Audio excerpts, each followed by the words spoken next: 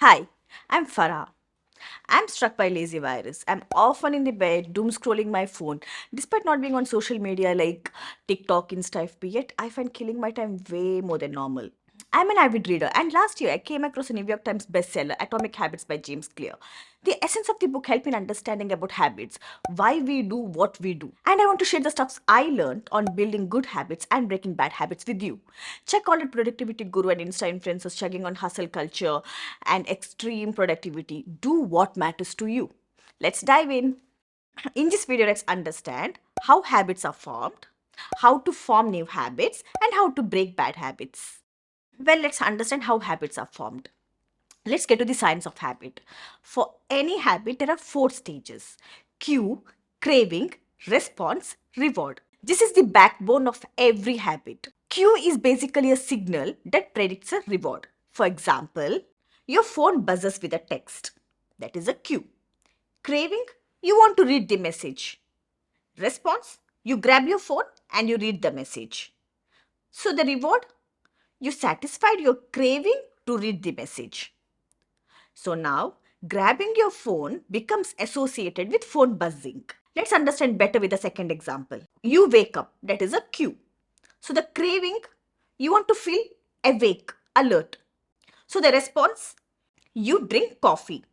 Reward, you satisfied your craving to feel alert. So now, drinking coffee becomes associated with waking up. This cycle happens in split seconds every moment you're alive. These steps form a neurological feedback loop that allows you to create automatic habits. We rarely notice the habits that we have formed. For example, when we reach home from office, we freshen up and change to comfortable clothes. When we enter the dark room, we first go to the switchboard and on the light. You have performed this simple habit so many times that it happens without thinking. The brain is continuously scanning the environment, predicting what will happen next, trying out different responses, and learning from the results.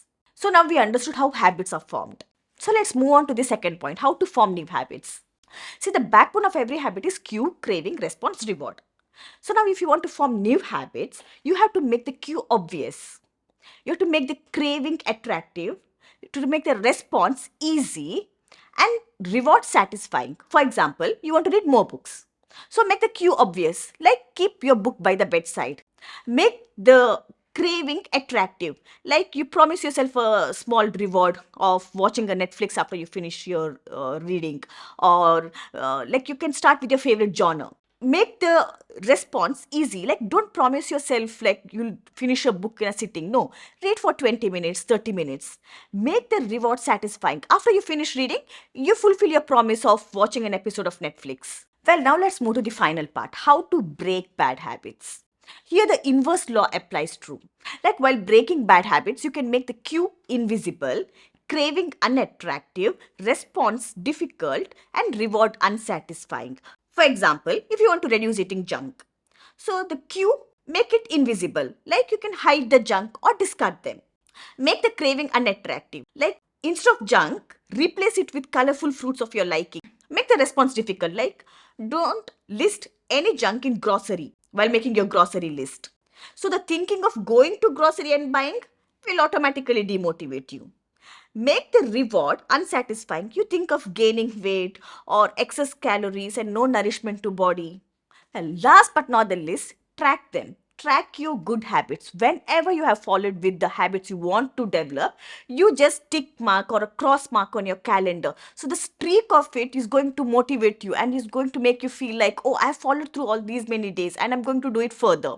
It is going to be a motivational factor. Well, this is the end of the video. If you like this video, give a thumbs up and subscribe. Thank you so much for watching and see you soon in my next video.